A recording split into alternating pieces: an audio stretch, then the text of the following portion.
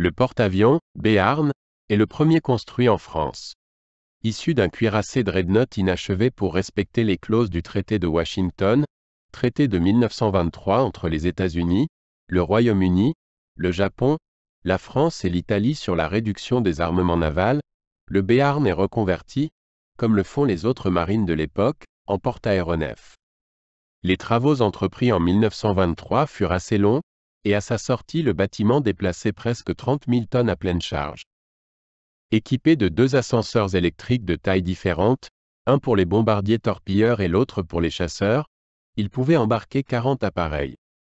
Il avait conservé une partie de la cuirasse d'origine, et jouissait d'une bonne protection, notamment au niveau du pont d'envol. Il possédait en revanche un armement désuet, celui des 8 pièces en barbette latérale du cuirassé d'origine, et une DCA insuffisante en 1939. En outre, son parc aérien, composé au départ de chasseurs Weibo 74, LGL-32 et bombardiers torpilleurs Levasseur PL-4, ne fut modernisé qu'en 1937 avec des chasseurs monoplans de Voitine D376 et des Levasseurs PL-7 et 10. Les Vought V156F commandés aux USA ne furent jamais prêts à temps pour opérer à partir du Béarn et se retrouvèrent plongés dans la tourmente de mai-juin 1940. En 1935, le Béarn avait subi une refonte, mais ses machines développant 21 nœuds étaient insuffisantes pour s'intégrer aux escadres alliés, et de fait, il fut affecté à des tâches subsidiaires.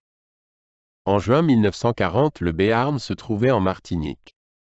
Les États-Unis respectant la promesse de neutralité du gouvernement de Vichy, le Béarn y fut démilitarisé et interné durant 2 ans. En juin 1943, il passait officiellement aux mains des FNFL. Mais ses équipements et son aviation périmée firent qu'on s'en servit comme transport d'aviation, subissant plusieurs modifications en 1944 et 1945. Il en émergea avec un radar, une DCA plus importante entre autres équipements, et était camouflé aux standards de l'US Navy.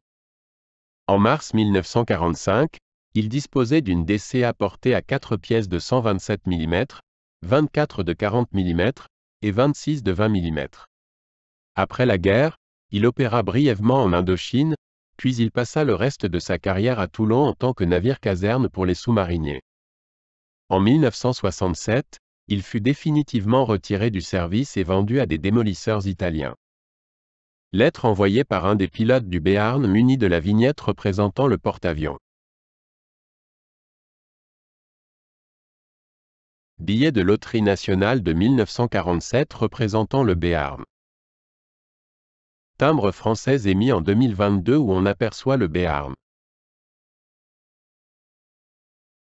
Le lancement du porte-avions Béarn a lieu le 15 avril 1920, à la Seine-sur-Mer. Le lieutenant de vaisseau test allait pouvoir tester la solution d'appontage qu'il venait de mettre au point.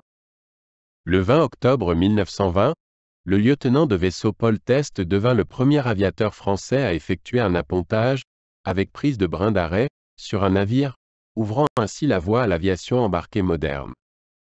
Paul Marcel Test, 1892 à 1925, aviateur naval français qui consacra la majeure partie de sa carrière à la promotion de l'aviation navale.